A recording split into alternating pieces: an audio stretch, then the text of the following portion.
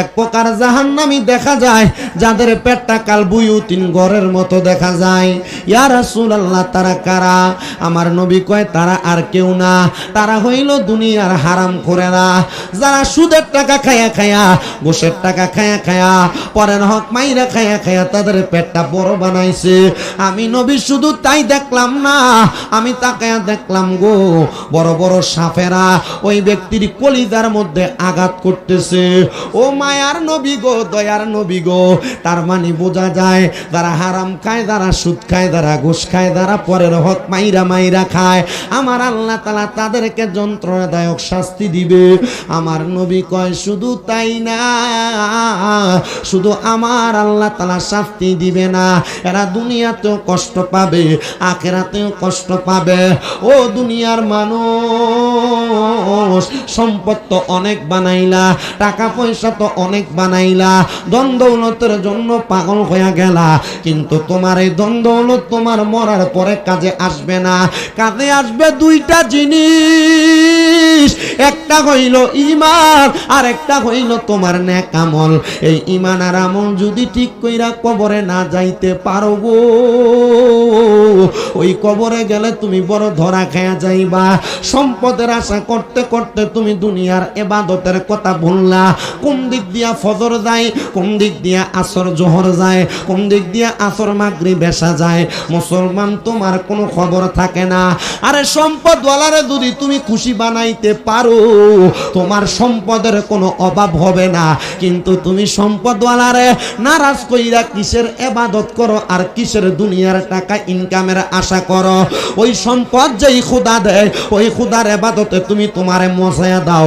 এই সম্পদ টাকা পয়সা বাড়ি গাড়ি যেই খোদা দেয়, ওই খোদারে তুমি একটু খুশি করো, দেখবা তোমার সম্পদের অভাব হবে না। তোমার মতো কত সম্পদওয়ালা হুমনা চিতপুরের গোরস্থানে শুয়া রইছে, 1 বছর হয়ে গেছে মরছে, কবরটা খুইলা দেখো কবরে হাড্ডিগুলা বালি হয়ে গেছে। তোমার মতো কত সম্পদওয়ালা মরে গেছে, মরার পর কবরে তার কোনো অস্তিত্ব নাই। এই জন্য তোমার কাছে আবদার জানাই, দুনিয়ার সম্পদ অর্জনের পাশাপাশি আমার আল্লাহ তাআলার ইবাদত কইরা আখিরাতের সম্পদ অর্জন করো। এই জন্য আশেক বলে, আরে চোখেরই পলকে তুমি হতে পারো লাশে, চিরতরে বন্ধ হবে তোমারই নিঃশ্বাস, হবে এলান তোমারই নাম মসজিদের মাইকে, বলেন হবে এলান তোমারই নাম। ইকে বাড়িওয়ালা নাই রে, বাড়ি নাই রে দুনিয়াতে, বাড়িওয়ালা নাই রে বাড়ি। তোমার বয়ে থাকতো মানুষ ছিল বাহাদুরি, ভাবনি হাওয়ায় উড়া তুমি যে রঙিনী ঘুরি। সুতোয় টানে দিলে মালিক, সুতোয় টানে দিলে মালিক পারবে না থাকিতে, বাড়িওয়ালা নাই রে বাড়ি নাই রে দুনিয়াতে, বাড়িওয়ালা নাই রে বাড়ি। বাড়ি গাড়ি মেল ফ্যাক্টরি টাকার পাহাড়, বিলাসিতায় কেটেছে জনম কতই অহংকার। বাড়ি গাড়ি মেল ফ্যাক্টরি টাকার পাহাড়, বিলাসিতায় কেটেছে জনম কতই অহংকার।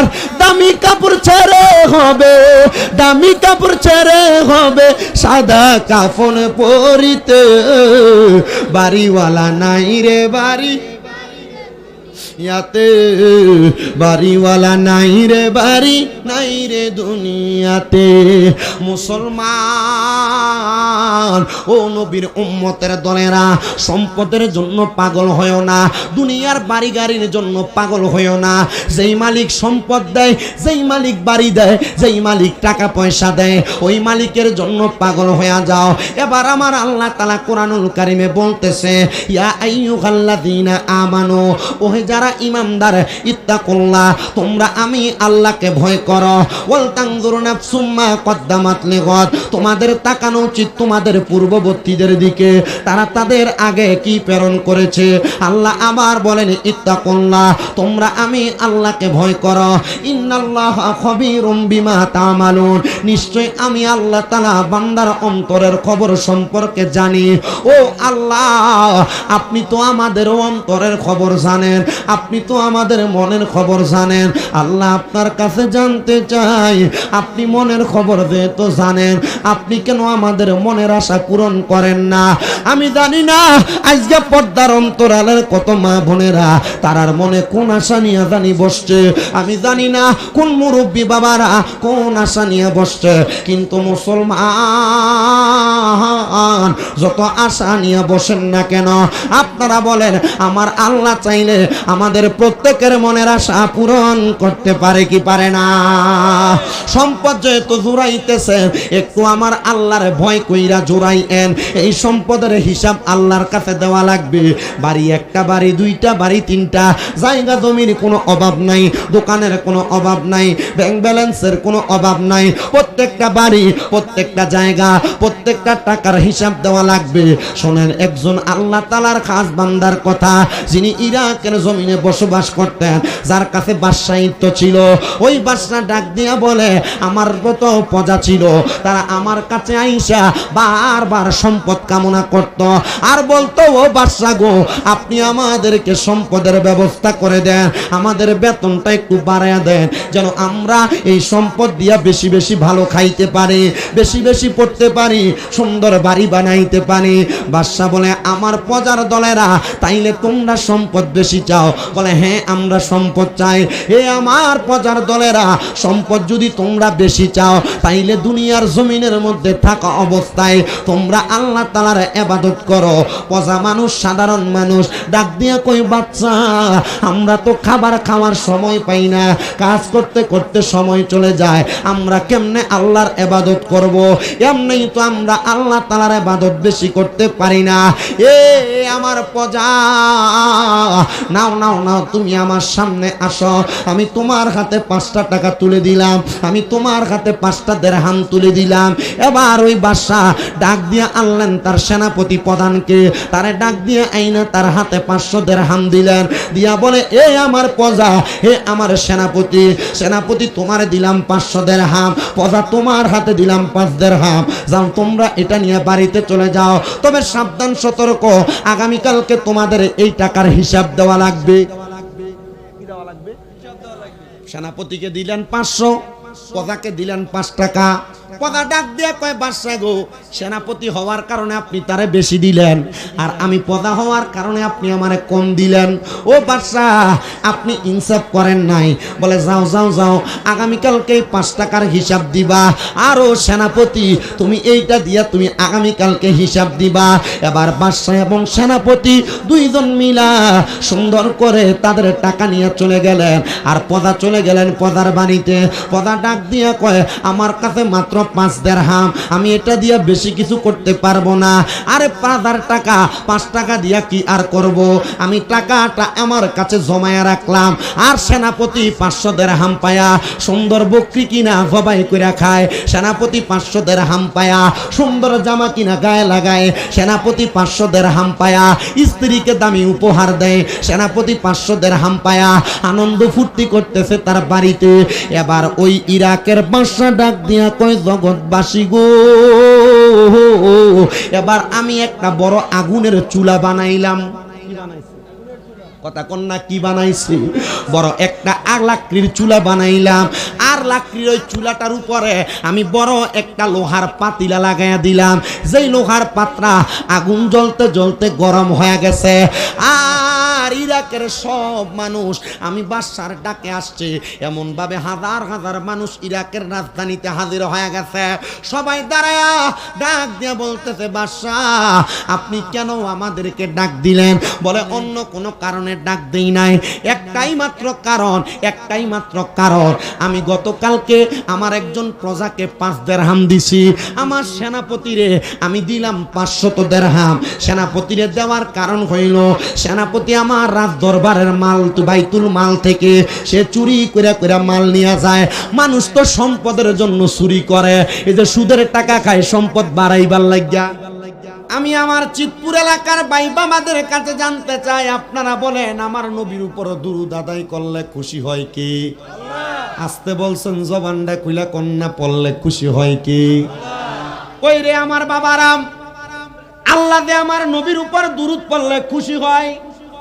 আল্লাহরে তো কোনোদিন জিগাইলা না, আল্লাহ আপনি যে আমাদেরকে বললেন আমরাও আপনার নবীর উপর দুরূদ পড়ার জন্য, মাবুদ আল্লাহ আপনি আমাদেরকে কোরআনে বললেন আকিমুস সালাত, নামাজ কায়েম করার জন্য, কিন্তু আপনি আল্লাহ তাআলা কোনোদিন নামাজ পড়েন নাই। কারণ নামাজ হলো আপনার ইবাদত, বান্দা ইবাদত করে আপনি আল্লাহর জন্য। আল্লাহ আপনি আমাদেরকে বললেন ওয়া আতুজ যাকাত, যাকাত আদায় করার জন্য। আল্লাহ আপনি কিন্তু যাকাত দেন না, কিন্তু আমরা যাকাত দেই। আল্লাহ আপনি আমাদেরকে বললেন রোজা রাখার জন্য। আল্লাহ আপনি নিজে রোজা রাখেন না, কিন্তু বান্দাদেরকে রোজা রাখতে বললেন। আল্লাহ যেহেতু আপনি নামাজ পড়েন না, রোজাও রাখেন না, যাকাতও দেন না, কিন্তু আমাদেরকে আপনি নামাজ, রোজা, হজ, যাকাতের কথা বললেন। আমার আল্লাহর কাছে যদি প্রশ্ন করি, আল্লাহ ও আল্লাহ আপনি নামাজও পড়েন না, হজও করেন না, যাকাতও দেন না, দান সদকা এগুলো বান্দাদেরকে দিয়া করান, আল্লাহ আমাদেরকে এত ইবাদতের কথা বললেন, কিন্তু আপনি আল্লাহ কি করেন? আমার আল্লাহ ডাক দিয়া কয় বান্দা, আমি আমার আল্লাহ ডাক দিয়া কয় বান্দা, ইন্নাল্লাহা নিশ্চয় আমি আল্লাহ, ও মালাইকাতাহু আমার অসংখ্য ফেরেশতাদেরকে নিয়া, ইউসাল্লুনা আলান নবী আমার নবীর উপর দুরূদ আদায় করি। আরে দুরূদের পাগল হইলে করবে নবী পার, বলেন দুরূদের পাগল হইলে করবে নবী পার। আল্লাহুম্মা সাল্লি আলা পরবারে বারে, বলেন আল্লাহুম্মা আইরে দুরূদের পাগল হইলে করবে নবী পার, বলেন দুরূদের পাগল হইলে করবে নবী পার। আল্লাহুম্মা সাল্লি আলা পড়ো বারে বার, আইরে নবীর দুরূদ পড়ে যারা, আরে সাচ্চা ঈমানদার তারা, বলেন নবীর দুরূদ পড়ে যারা, আরে সাচ্চা ঈমানদার তারা, আইরে অহরহ পর দুরূদ, অহরহ পর দুরূদ নবী মুস্তাফার। আল্লাহুম্মা সাল্লি আলা পড়ো বারে বার, বলেন দুরূদের পাগল হইলে করবে নবী পার, বলেন দুরূদের পাগল হইলে করবে নবী পার। আল্লাহুম্মা সাল্লি আলা পড়ো বারে বার, বলেন আল্লাহুম্মা সাল্লি আলা। নবীর দুরূদ পড়লে আসে কাঙ্গন, আমার স্বয়ং আল্লাহ খুশি যে গণ। নবীর দুরূদ পড়লে উম্মতিগণ, আমার স্বয়ং আল্লাহ খুশি যে গণ। হায়রে তাই তো সবাই দুরূদ পড়ো, তাই তো সবাই দুরূদ পড়ো নবী মুস্তাফার। আল্লাহুম্মা সাল্লি আলা পড়ো বারে বার, বলেন আল্লাহুম্মা সাল্লি আলা। আমার ভাইরা, বাবারা, বন্ধুরা, আমার আল্লাহ কয় আমি নামাজও পড়ি না, রোজা রাখি না, আমার বান্দাদেরকে বললাম বান্দা আমার অসংখ্য ফেরেশতাদেরকে নিয়া আমি আল্লাহ আমার মদিনার কামলিওয়ালা নবীর উপর দুরূদ আদায় করি। মাবুদ আপনি তো নবীর উপর দুরূদ আদায় করেন, আপনি বলেন না আমরা বান্দারা কি করব? আল্লাহ কয় ইয়া আইয়ুহাল্লাযীনা আমানু, ওহে যারা ঈমানদার আছো, আমার আল্লাহ এই আয়াতের মধ্যে কোন মসজিদের ইমাম সাহেবরে ডাক দেয় না, কারণ আমার আল্লাহ জানে মসজিদের ইমাম সাহেবরা মিম্বরে বয়া বয়া আমার নবীর সালাতু সালামের বিরোধিতা করে। আপনারা বলেন বর্তমান সমাজে এমন আলেম নামের জালেমও আছে না নাই? আমার নবীর নামের শব্দটার পাশে দিয়া কত সুন্দর নবী শব্দের অর্থ বার্তা বাহক, আর মৌলবী কয় নবী সাংবাদিক। মৌলবী এখন আরবি শাব্দিক অর্থ জানে না, কথা কোন ঠিক কিনা? এ ভাই আমি চাই আপনার মাথায় টুপি আছে, পাঞ্জাবি আছে, টুপি আর পাঞ্জাবি লাগায়া, মুখের মধ্যে দাড়ি লাগায়া আপনি আমার নবীর শানে শব্দ ব্যবহার করতে পারেন না। আপনাদের হোমনা থানার গৌরব মাওলানা শহীদুল্লাহ বাহাদুর চ্যালেঞ্জ করছিল, যদি কলিজা থাকে নবীকে সাংবাদিক প্রমাণ করে দেখাইতে। ও বাবা, শিয়াল যেমনে লেজ গুলাইয়া পাঠায়, এমন ঠিক লেজ গুটাইয়া পালাইছে ওই মৌলবীর দলেরা। কারণ তারাও জানে মাথা ঠিক না থাকার কারণে জেলে থাইকা থাইকা ডাইল ভাত ফানি ভাত খাইয়া খাইয়া মাথা বরবাদ হইছে। এই জন্য নবী শব্দের অর্থ বার্তা বাহক না কইয়া আমার নবীর সাংবাদিক কয় এমন বেয়াদব বক্তা বাংলাদেশে আছে, কথা কোন ঠিক কিনা? আবার গতকালকে দেখলাম বলতেছে আল্লাহকে সর্বশক্তিমান বলা যাবে না। আরে মৌলবী বলে কি আল্লাহকে সর্বশক্তিমান বলবো না, কাকে বলবো? কারণ আল্লাহ তো ইন্নাল্লাহা আলা কুল্লি শাইইন কাদির, আল্লাহই তো সর্বশক্তিমান। মৌলবী কয় আল্লাহকে সর্বশক্তিমান বললে শিরিক হবে। এই মৌলবী সাহেব আমি তোমাকে বলবো, নবীর শানে বেয়াদবি করলা, তোমার দলের কোন ব্যক্তি তোমারে কিছু বলে নাই, এটা তোমাদের বিষয়, কিন্তু স্বয়ং আল্লাহ যার ব্যাপারে মন্তব্য করতে সতর্কতা অবলম্বন করা লাগে, ওই আল্লাহরে সর্বশক্তিমান বলা যাবে না বইলা তুমি আমার আল্লাহ তাআলার একটা মর্তবা, আল্লাহ তাআলার একটা শান, আল্লাহ তাআলার একটা অধিকার, আল্লাহ তাআলার একটা পাওয়ারকে অস্বীকার করছো। আমি বলবো যে মৌলবী আল্লাহকে সর্বশক্তিমান বলা যাবে না বলছে, এই মৌলবীর ঈমান নাই, মৌলবী কাফের। এই কথা বলেন না ঠিক কিনা? আল্লাহ যেন আমরা মুসলমানদের জবান থেকে এমন কোনো কথা না আনে, আমিন পড়েন। আরে আমি স্বামীরও মাঝে মাঝে বিভিন্ন রকমের কথা বলার কারণে সোশ্যাল মিডিয়ার মাধ্যমে আমার বদনাম হয়ে যায়। আমি আমার আল্লাহরে কই, আল্লাহ আপনি না বলেছেন লাকাদ খলাকনাল ইনসানা ফি আহসানি তাকওয়িম, উত্তম সুরত দিয়া মানুষকে বানাইছেন, আবার আপনি বলতেছেন ইন্নাল ইনসানা লাফি খুস, সকল মানুষ ক্ষতিগ্রস্ত। আল্লাহ আমি মানুষ, আমার ভুল হইব, আমি এখন ভুল করি, আগেও ভুল করছি, ভবিষ্যতেও ভুল করব। আল্লাহ এই ভুলগুলা করার পরেও আপনি আমার ভুল থেকে বাঁচাইয়েন। কিন্তু যে মৌলবীরা আল্লাহর সর্বশক্তিমান মানে না, আল্লাহ আমরারে সেই মৌলবীর মতো বানাইয়েন না। আল্লাহ যে মৌলবী নবীর সাংবাদিক কয়, আল্লাহ আমরারে সেই মৌলবীর মতো বানাইয়েন না।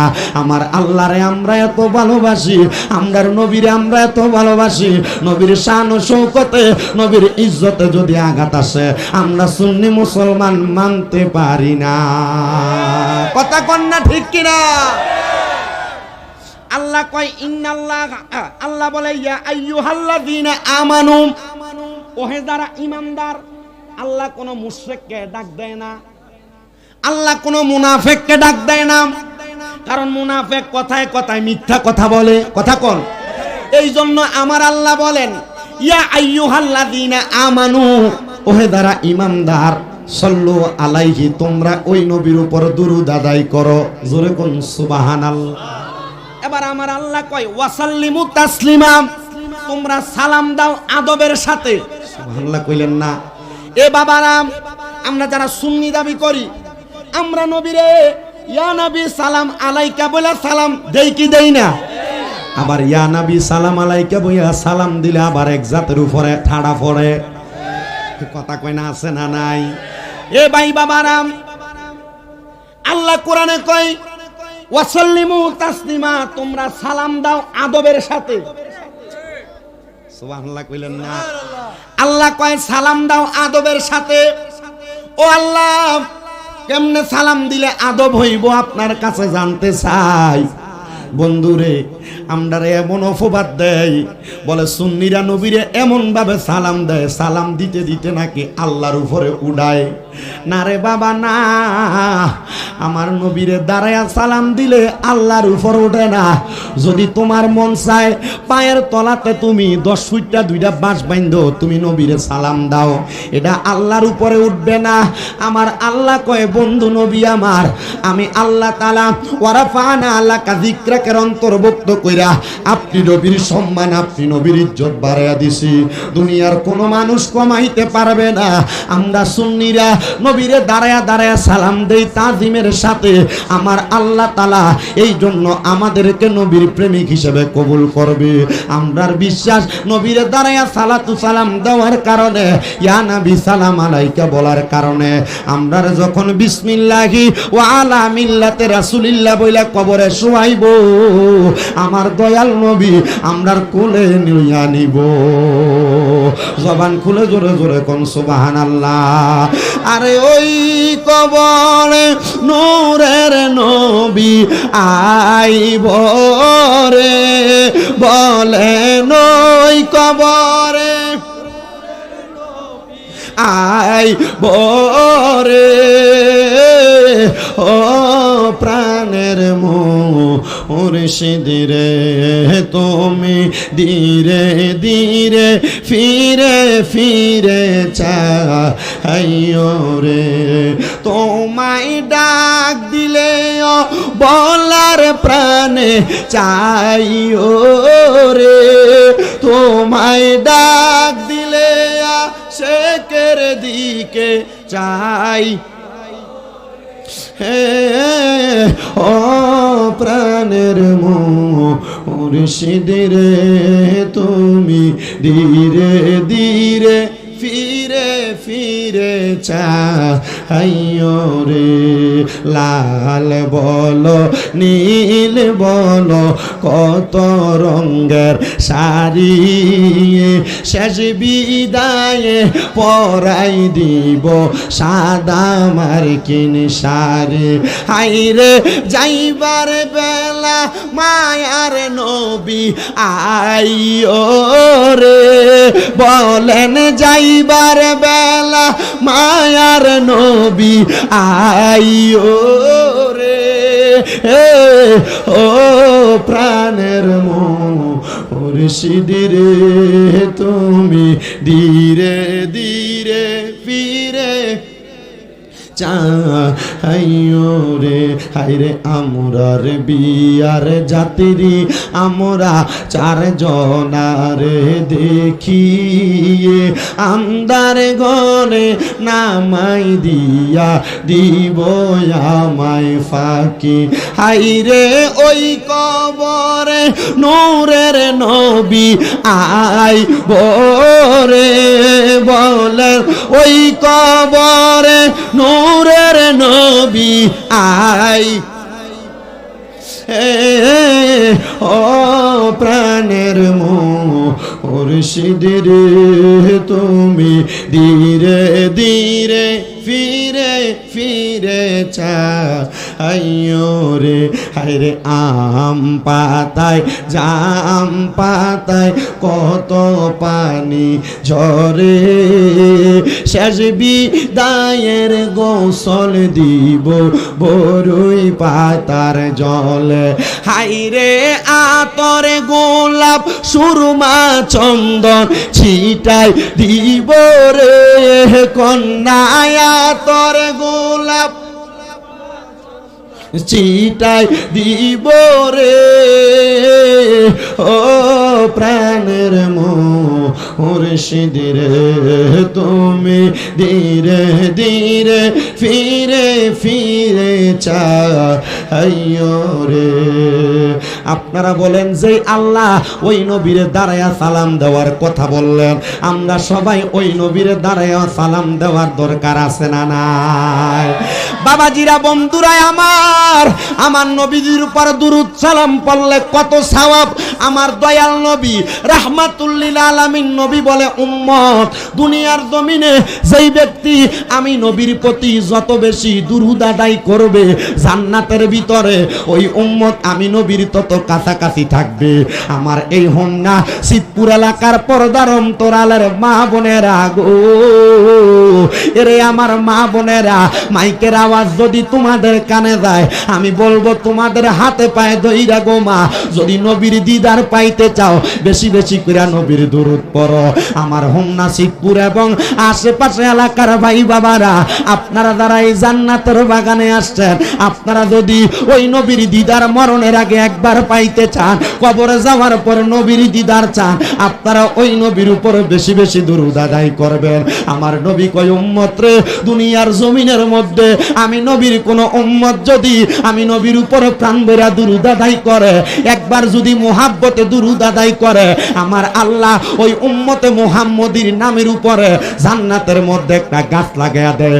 নবী গো, জান্নাতের ভিতরে গাছ লাগাইলে উম্মতের কি লাভ? আমার নবী কয়, ওই গাছের ভিতরে যতগুলা পাতা থাকবে, পাতার পরিমাণ সওয়াব ওই উম্মতের নেকের পাল্লার মধ্যে তুলে দেওয়া হবে। আমার নবী শুধু এই কথা বইলা কেন্ত হয় নাই।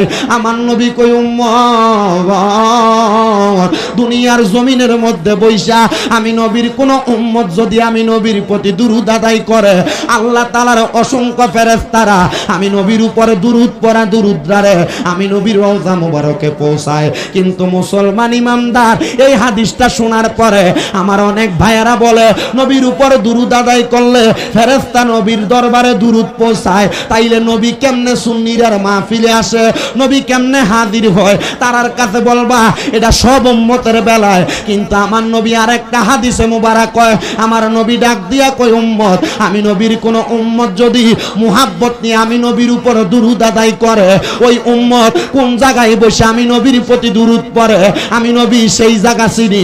শুধু চিনি না রে, যেই ব্যক্তি আমি নবীর উপরে দুরূদ পড়ে, আমি নবী ওই ব্যক্তির নাম জানি, তার পরিচয় জানি। আমি নবী স্বয়ং নিজ কান মুবারকে ওই ব্যক্তির দুরূদের আওয়াজ শুনতে পায়। আর জবান খুলে জোরে জোরে কন্যা সুবহানাল্লাহ। বাজানো এ হোমনা এলাকার, চিতপুর এলাকার, আশেপাশে এলাকার ভাই বাবারা, বন্ধুরা, যদি নবীর প্রতি দুরূদ আদায় করলে নবীর দিদার পাওয়া যায়, নবীর সুপারিশ পাওয়া যায়। আপনারা বলেন, আমরা সবাই ওই নবীর উপর দুরূদ আদায় করতে রাজি আছি না নাই? কারা কারা রাজি আছি? ডান হাত তুলে আমার আল্লাহরে দেখায়। আল্লাহ যেন কবুল করে, ধরে কোনা আমি সবাই মুহাব্বতে দুরূদ পড়েন। আল্লাহ ও মা নবীর সনে প্রেমের ডোরি বান্দনা। আব্বা, আগের দিনের বড় বড় হুজুররা এই দুরূদগুলা বিনে বিনে গাইতো, আর আমার কাছে ভালো লাগতো। আমি এখনো পর্যন্ত বিনে বিনে গুলা গাই, আমার কাছে মায়া লাগে। একটু মুহাব্বতে জবান খুলা পইরান। আমার নানা জান ইন্তেকাল করছে, মরার আগে কইছে, তুই তো নবীজির উপর দুরূদ পড়স, মিলাদ পড়স, যদি মাঝে মাঝে কখনো সুযোগ পাস আমার কবরটার সামনে বইয়া বইয়া একটু পড়িস। আমি এখনো মাঝে মাঝে সুযোগ পাইলে আমার নানার কবরের কাছে যাইয়া মোটরসাইকেলের সাইডে রাইখা দুরূদ পড়ি একটু মুহাব্বতে। আরে নবীর সনে প্রেমের ডোরি মন রে বান্দ না, শয়নে সপনে দেখবা মদিনায়। আল্লাহুম্মা সাল্লি মুহাম্মাদ ওয়া আলা না মোহাম্মদ। কান্দায়ো না, কান্দায়ো না আমার নবীরে, কন্যা কান্দায়ো নাই আমার নবীরে, নবীরে কাঁদাইলে কাঁদবা হাসরে। আল্লাহুম্মা মুহাম্মদ ওয়া আলা আলিহি না মোহাম্মদ লা ইলাহা লা যিকর লা ইলাহা ও লা ইলাহা ও লা লা ইলাহা ইল্লাল্লাহ লা ইলাহা আল্লাহ পড়েন আমরা বড় ভাগ্যবান আমরার নবী আল্লাহর মেহমান আল্লাহ দয়া করে করলেন দান আল্লাহ দয়া করলেন দান আমরার নবী ইমানের ইমান লা ইলাহা ইল্লাল্লাহ লা ইলাহা বলেন নামাজ রোজা সেই রহনা কেহ মা বাবার খেদমত চাই রহনা আমার নবীর দরুদ হইল না বলেন নবীর আমার নবীও তোমায় ভুলবে না লা ইলাহা ইল্লাল্লাহু লা ইলাহা হায়রে অনেক দূরে মদিনা আমরা কেমনে যাব জানি না আমরার মুর্শিদ জানে ঠিকানা বলেন মুর্শিদ আমরা কেমনে হব রওয়ানা লা ইলাহা ইল্লাল্লাহু লা ইলাহা লা ইলাহা ইল্লাল্লাহু মুহাম্মাদুর রাসূলুল্লাহ সাল্লাল্লাহু আলাইহি ওয়াসাল্লাম আসেন ভাইরা বাবারা বন্ধুরা একটু মুহাব্বতের আওয়াজে আল্লাহ তাআলার ইসমে জাতের জিকির করে মুহাব্বত নিয়ে আল্লাহ তাআলার ডাক দিবেন বাবারা আমি আমার সারা বাংলাদেশে যত ভক্তবিন্দু আছে আমি তারারে বলছি যখন তোমরা অবসর থাকবা চোখটা বন্ধ করে ওযু অবস্থায় আল্লাহ তাআলার জিকির করবা আপনাদের এই হোমনা এলাকার আমার অনেক ভক্তরা আছে আমি তাদেরকে বলছি অবসর সময় আল্লাহর জিকির আর নবীর দরুদ পড়বা এটার দোয়ার বরকতে আপনাদের হোমনা এলাকায় অনেক মাহফিল রাখা হয়েছে এই যে আপনাদের কালীপুরে মাহফিল শুভারামপুরে আগামী 6 তারিখ মাহফিল হোমনা থানার রামপুরে মাহফিল হোমনা থানার অনেক জায়গার মধ্যে মাহফিল মুন্সিকান্দি সমনে অনেকগুলা মাহফিল আমি আমার যত জায়গায় মাহফিলে যাই আমার সব ভক্ত শ্রোতাদেরকে আমি জানাইয়া দেই অবসর সময় থাকলে ওযু কইরা আল্লাহর জিকির আর নবীর দরুদ পড়বা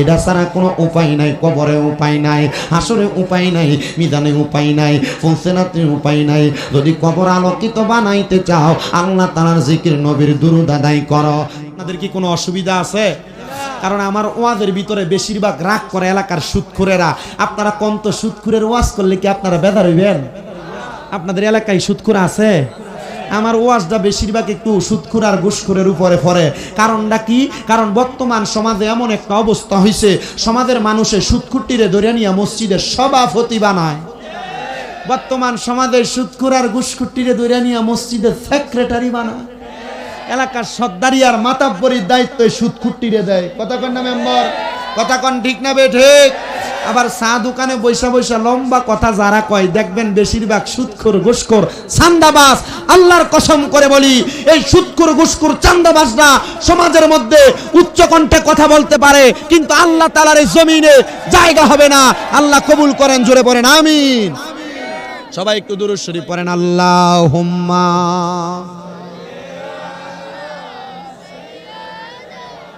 হাবিব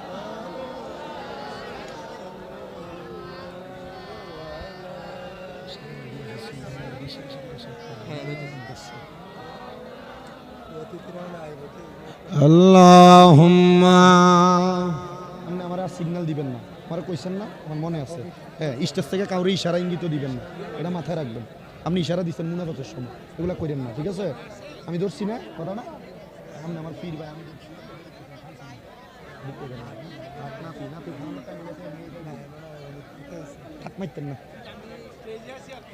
সবাই দুরূদ শরীফ পড়েন আল্লাহুম্মা মাইকো এ বেটা মাইকলা তুমি দুইটা মাইক ব্যাটারি দিয়ে দিবা না কি তা কইতা কিছু কইতাম পারি না সব পরিচিত জানে মাহফিলে ইটা থাকে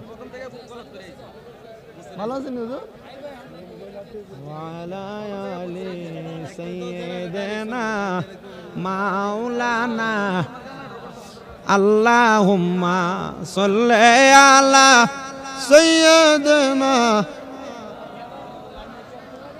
মুহাম্মাদ ওয়া আলা আলি।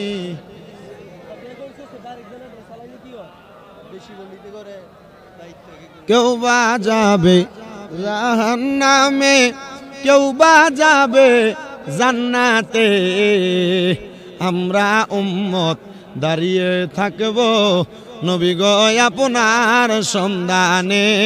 আল্লাহুম্মা রাস্তার লাইন চলে কিন্তু এনের লাইন নেই।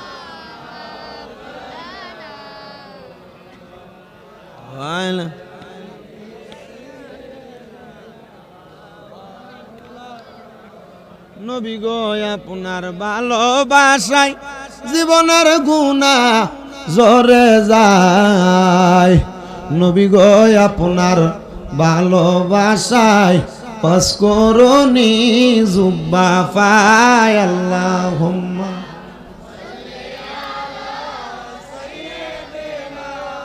মাওলানা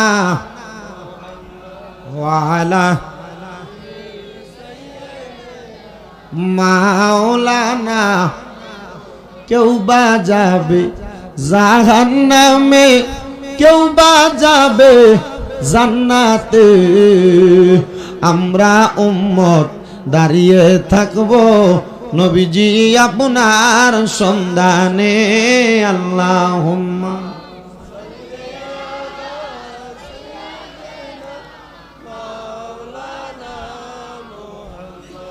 ওয়া আলা আলি।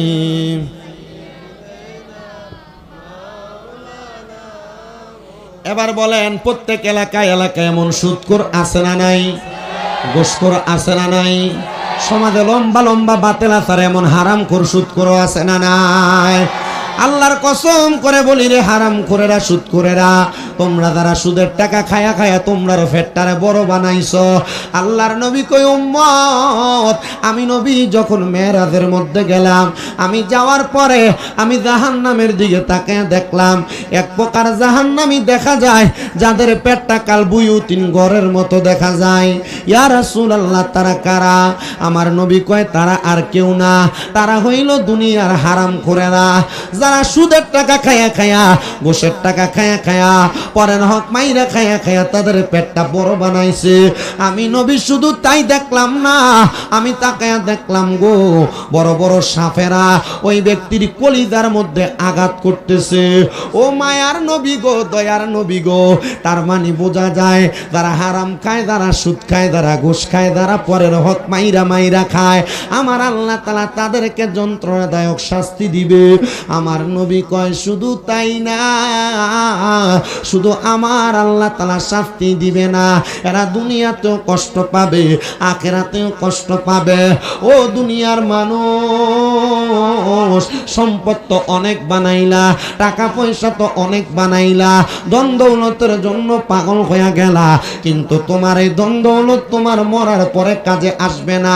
কাজে আসবে দুইটা জিনিস, একটা হইল ঈমান আর একটা হইল তোমার নেক আমল। এই ঈমান আর আমল যদি ঠিক কইরা কবরে না যাইতে পারো গো,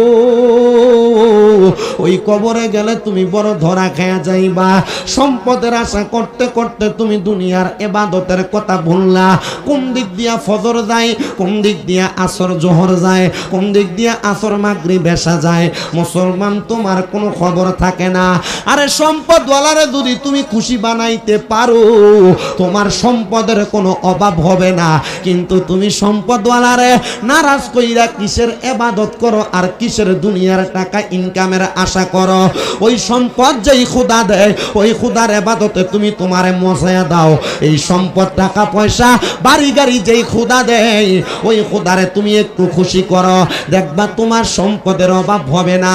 তোমার মতো কত সম্পদওয়ালা হুন্না চিতপুরের গোরস্থানে শুয়া রইছে, 1 বছর হয়ে গেছে মরছে, কবরটা খুইলা দেখো কবরে হাড্ডিগুলা বালি হয়ে গেছে, তোমার মতো কত সম্পদওয়ালা মরে গেছে, মরার পর কবরে তার কোনো অস্তিত্ব নাই।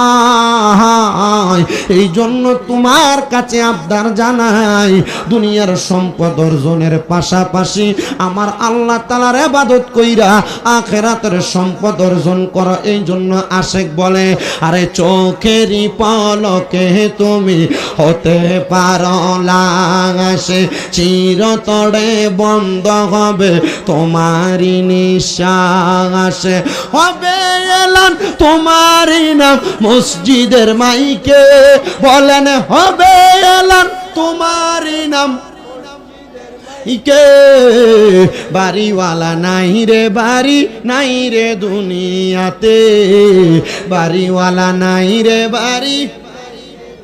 তোমার বয়ে থাকতো মানুষ ছিল বাহাদুরি, ভাবনি হাওয়ায়ুরা তুমি যে রঙিনী ঘুরি, সুতোয় টানে দিলে মালিক, সুতোয় টানে দিলে মালিক পারবে না থাকিতে, বাড়িওয়ালা নাই রে বাড়ি নাই রে দুনিয়াতে, বাড়িওয়ালা নাই রে বাড়ি।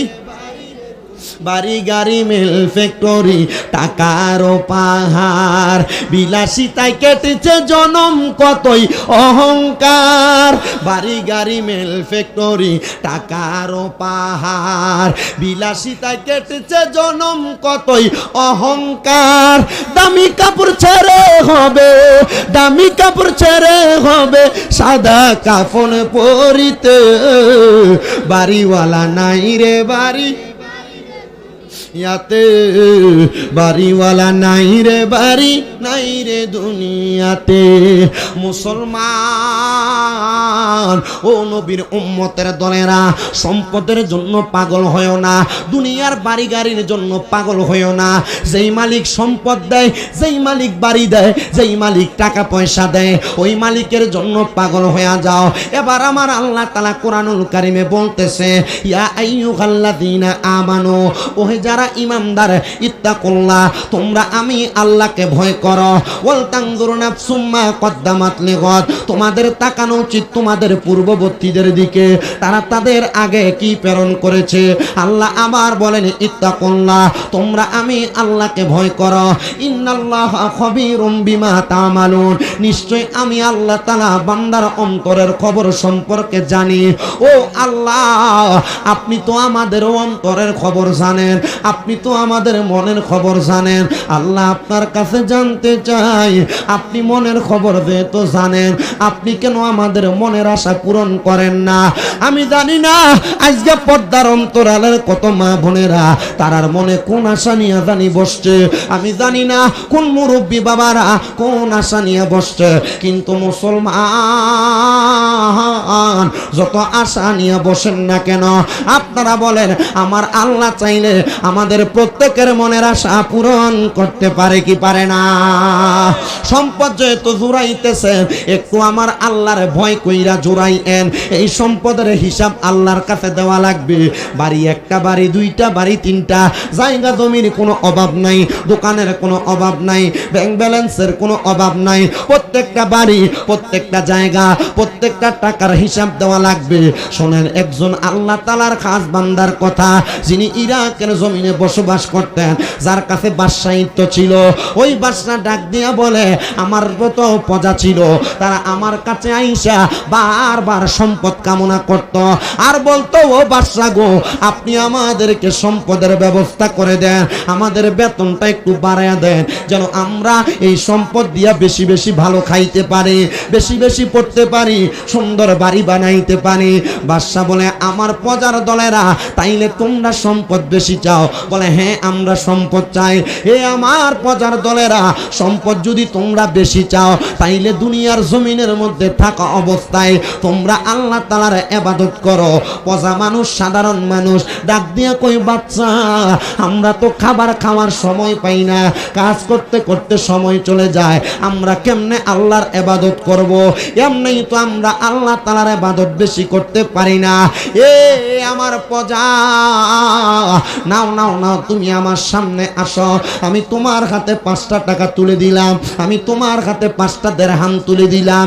এবার ওই বাদশাহ ডাক দিয়ে আনলেন তার সেনাপতি প্রধানকে, তারে ডাক দিয়ে আইনা তার হাতে 500 দিরহাম দিলেন, দিয়া বলে এ আমার প্রজা, হে আমার সেনাপতি, সেনাপতি তোমার দিলাম 500 দিরহাম, প্রজা তোমার হাতে দিলাম 5 দিরহাম, যাও তোমরা এটা নিয়ে বাড়িতে চলে যাও। তবে সাবধান সতর্ক, আগামীকালকে তোমাদের এই টাকার হিসাব দেওয়া লাগবে।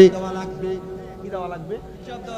সেনাপতিকে দিলেন 500, প্রজাকে দিলেন 5 টাকা। প্রজা ডাক দিয়ে কয় বাদশা গো, সেনাপতি হওয়ার কারণে আপনি তারে বেশি দিলেন, আর আমি প্রজা হওয়ার কারণে আপনি আমারে কম দিলেন।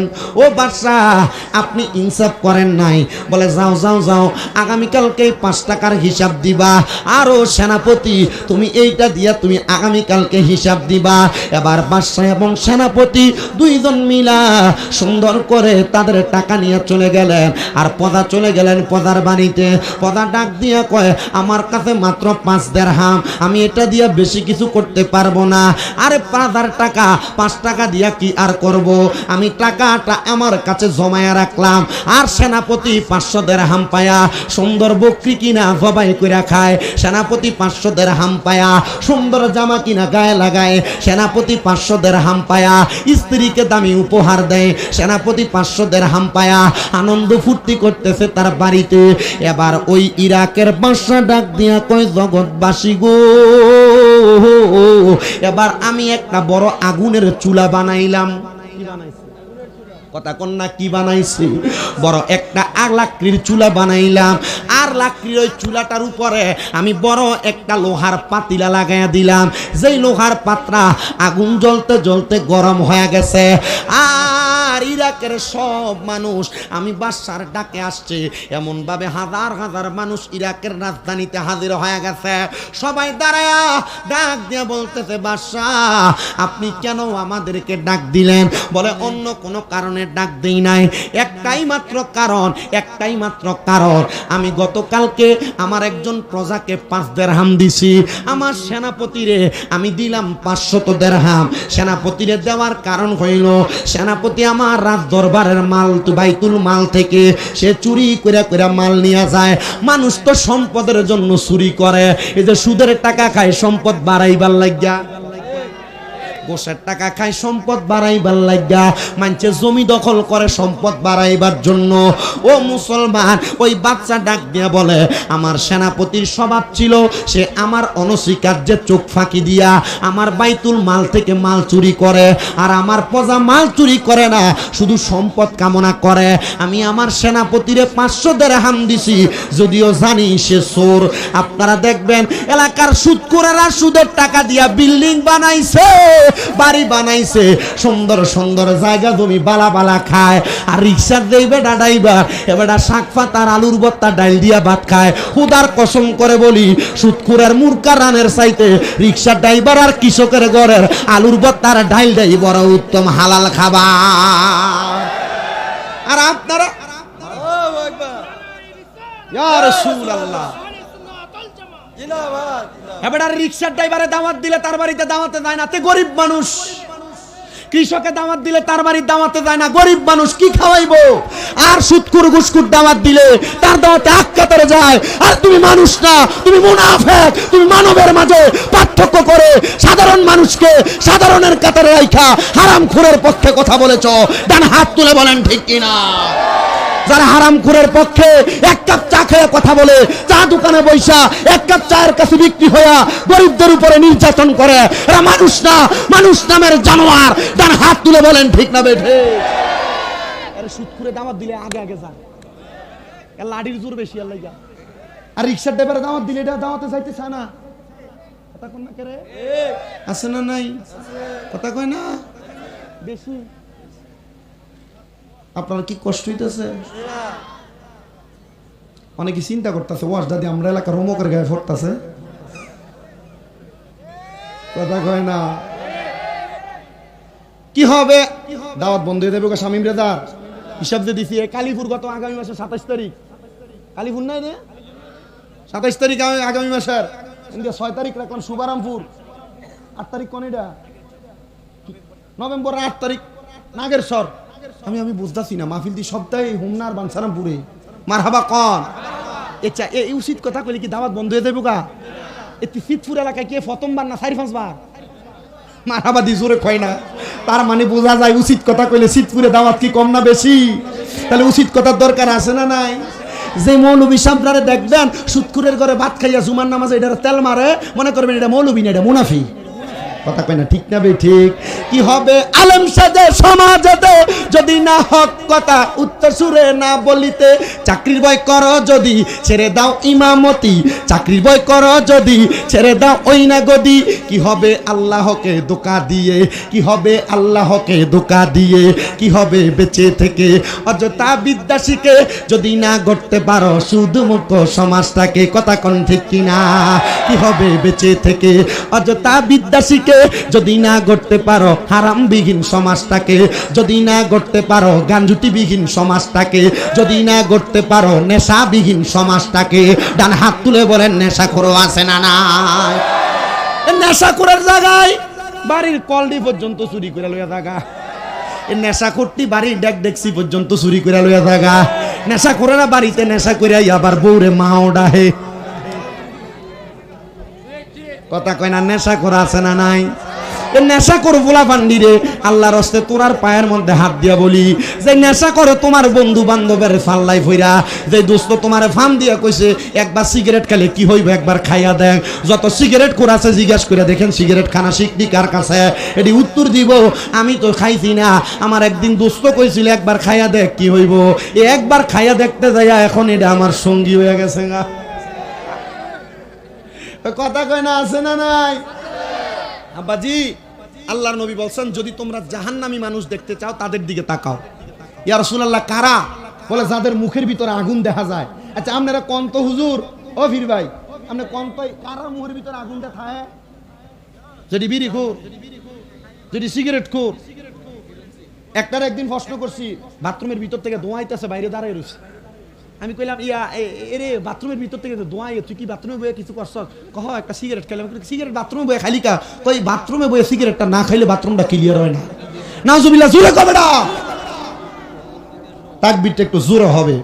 নারায়ে তাকবীর, নারায়ে রিসালাত, নারায়ে গাউসিয়া। প্রধান অতিথির আগমন, সভাপতি সাহেবের আগমন, জনাব মোহাম্মদ আবু নাসের ওয়াহেদ সম্পদ সাহেবের আগমন, ডাক্তার মোহাম্মদ শহীদুল্লাহ সাহেবের আগমন, অতিথিবৃন্দের আগমন।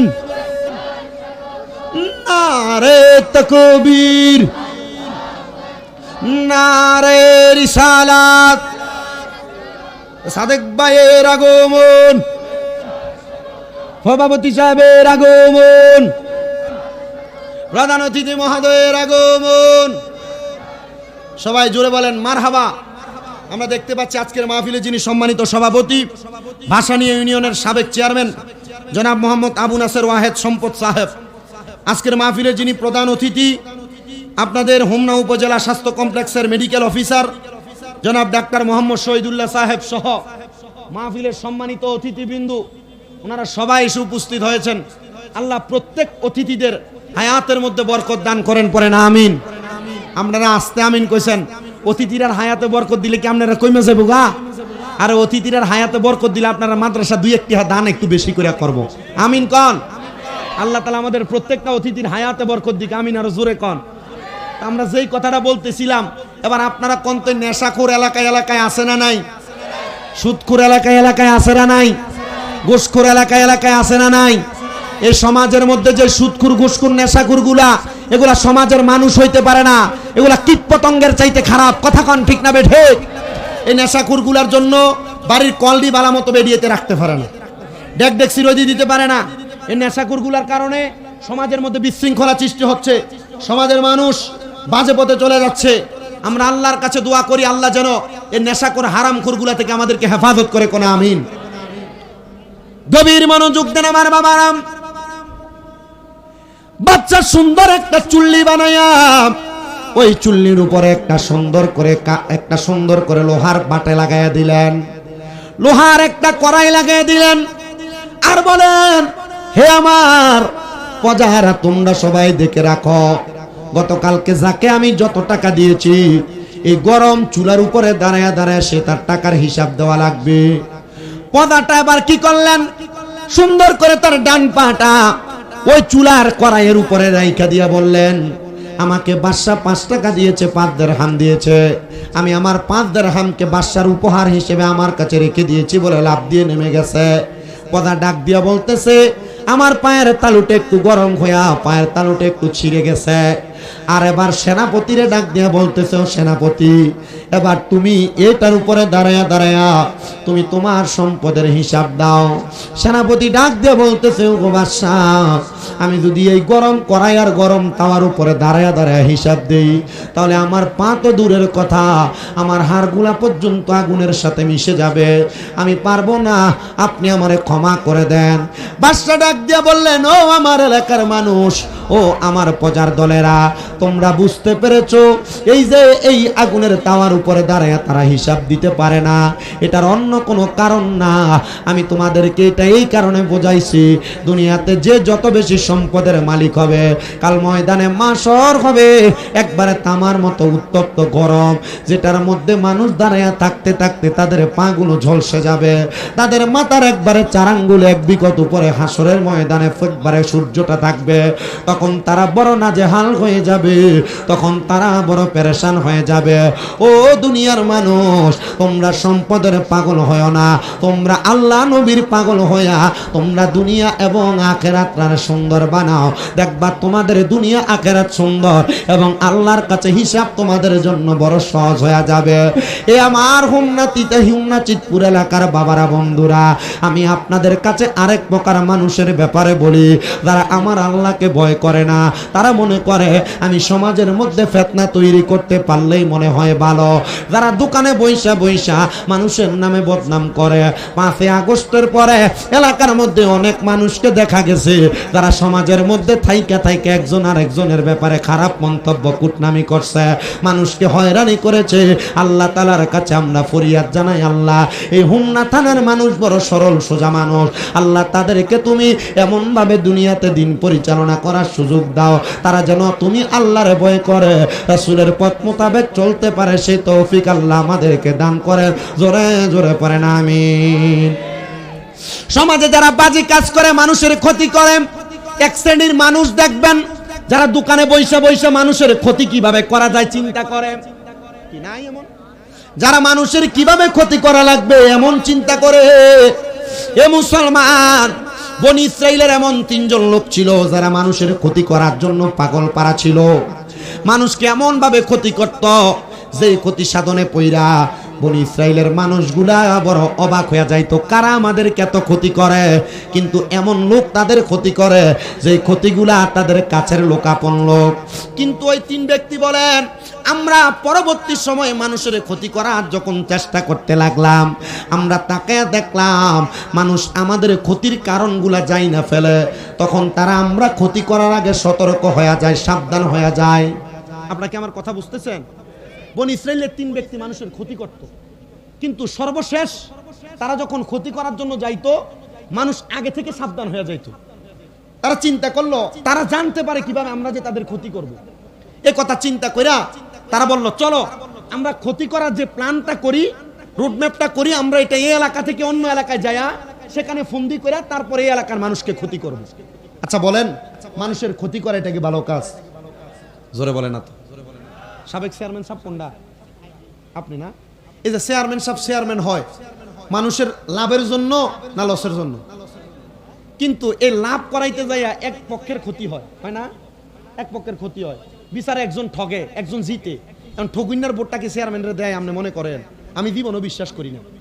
এ চিন্তা করে এর দোষ, চেয়ারম্যান যদি তার হক কইয়া যদি তারা জিতিয়ে দিত, চেয়ারম্যানের ভোটটা দিত, কথা কয় না? কিন্তু না, চেয়ারম্যান যদি উচিত বিচার না করে, আল্লাহর নবী বলে কাল হাসরের ময়দানে 7 প্রকার ব্যক্তি আমার ছায়া তলে থাকবে, লাওয়ায়ে হামদের পতাকার নিচে থাকবে। এর মধ্যে 1 নাম্বার ইমামুল আদল, যারা ন্যায় বিচার করে। চেয়ারম্যান যদি ন্যায় বিচার না করে আল্লাহর ওই পতাকার নিচে থাকতে পারবো? তো চেয়ারম্যান সাহেবরা এই ন্যায় বিচারটা কইরা দেয়, কিন্তু আমরা সমাজের মানুষ এই ন্যায় বিচারটারে পছন্দ করে না। যেটা তলে দিয়ে 100 টাকা আর 1000 টাকা খাইয়া বিচার ঘুরিয়ে দেয়, এটার পক্ষে কথা বলে, এরা মুনাফিক, এরা বেঈমান। কথা বলেন না, ঠিক না বেঠে? চা খাইয়া বিচার ঘুরানো যাবে? সাবধান, সতর্ক।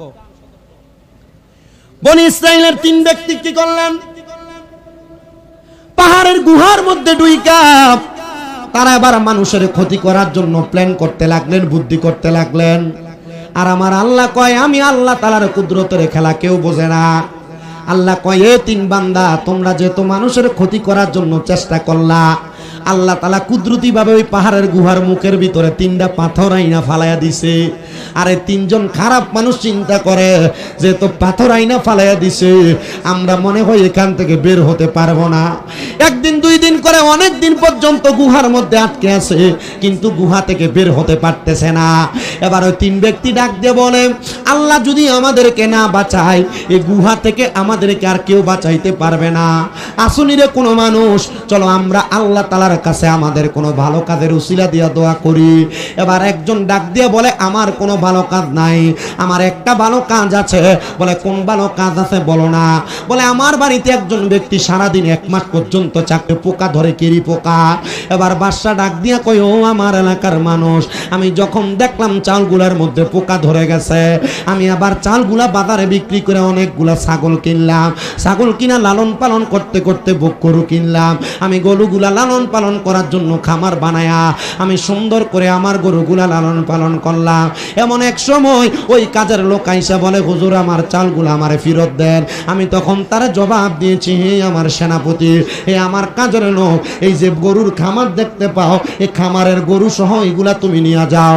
এ বাদশাহ, এ আমার মালিক, আমি তো আপনাকে এতগুলা গরু আর খামার দেই নাই। বলে, তোমার চালগুলা যখন নষ্ট হইতে লাগছিল, আমানত নষ্ট হয়ে গেলে আল্লাহর কাছে জবাব দেওয়া লাগবে, এই জন্য আমি তোমার চালগুলা বিক্রি করে বকরি ক্রয় কইরা, গরু ক্রয় কইরা লালন পালন করে তোমার সম্পদকে আরো বাড়াইয়া দিছি, এটা তোমার আমানত, তুমি নিয়ে যাও।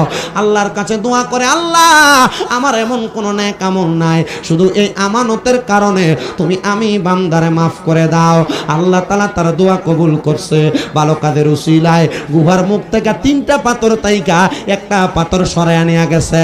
ডাক দিয়া কই, আল্লাহ ও মানিব গো, যেহেতু আপনি এই 3টা পাথর থেকে একটা ভালো কাজের উসিলায় একটা পাথর সরাইছে, ওরে আমার বন্ধুরা আর 2টা ভালো কাজের উসিলা দিয়া দোয়া করো, দেখবা আমার আল্লাহ দোয়াটা কবুল করবে। আমার আল্লাহ তো দয়ার আল্লাহ, আমার আল্লাহ তো মায়ার আল্লাহ। এমন দয়া করছে, এমন মায়া করছে। আরেকজন ডাক দিয়া কয়, আমার জীবনে আর কোনো ভালো কাম নাই, একটা ভালো কাম আছে। আমার একটা চাচাতো বোন ছিল বড় সুন্দরী, আমার মনটা তার দিকে সব সময় পড়ে থাকতো, আমি কখন জানি তার সঙ্গে মিলামেশা করব। ও পোলাপান, তোমার চোখের সৌন্দর্যের কারণে তোমরা যারা জিনা ব্যভিচার করো, পরনারীর দিকে তাকাও, অন্য মেয়েদের দিকে তাকায় তাকায় সময় নষ্ট করো, মনে রাখবা জিনা করার কারণে তোমার এই লজ্জাস্থানের মধ্যে আমার আল্লাহ তাআলা গরম লোহার রড লাগাইয়া দিবে। তোমার লজ্জাস্থানের মধ্যে পাথর ঝুলন্ত অবস্থায় রাখবে, পচে পচে পড়বে। এই জন্য তোমরা জিনা ব্যভিচার কইরো না, অবৈধ সম্পর্কে লিপ্ত হয়ো না, আমার আল্লাহ তাআলা তোমারে কোনোদিন মাফ করবে না। এ মুসলমান, বনি ইসরাইলের ওই ব্যক্তি ডাক দিয়া কয়, জগতের মানুষ রে, আমার চাচাতো বোনটার প্রতি আমার বড় আকর্ষণ ছিল।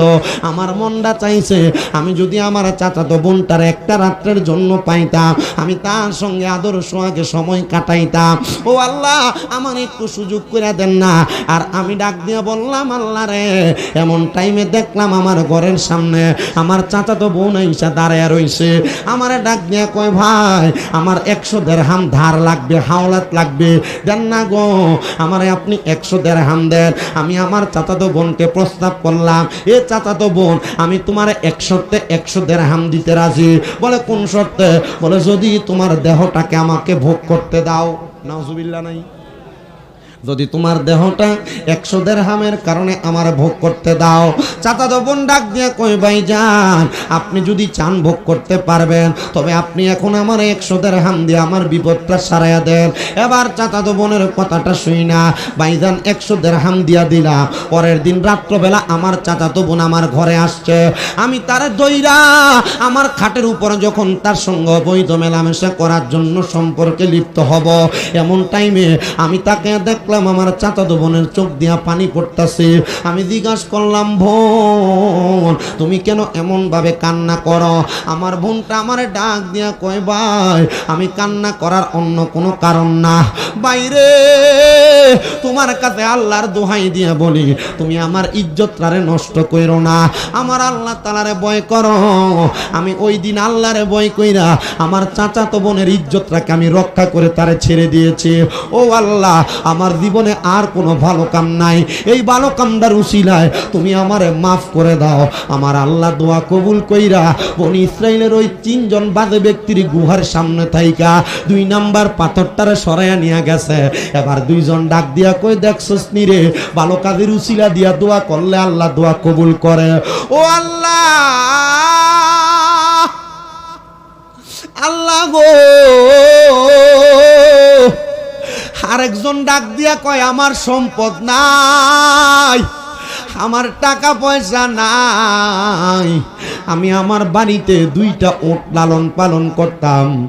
আমি 2টা ওট লালন পালনের মধ্যে একটা মান্দা ওট আর একটা মেন্ডি ওট।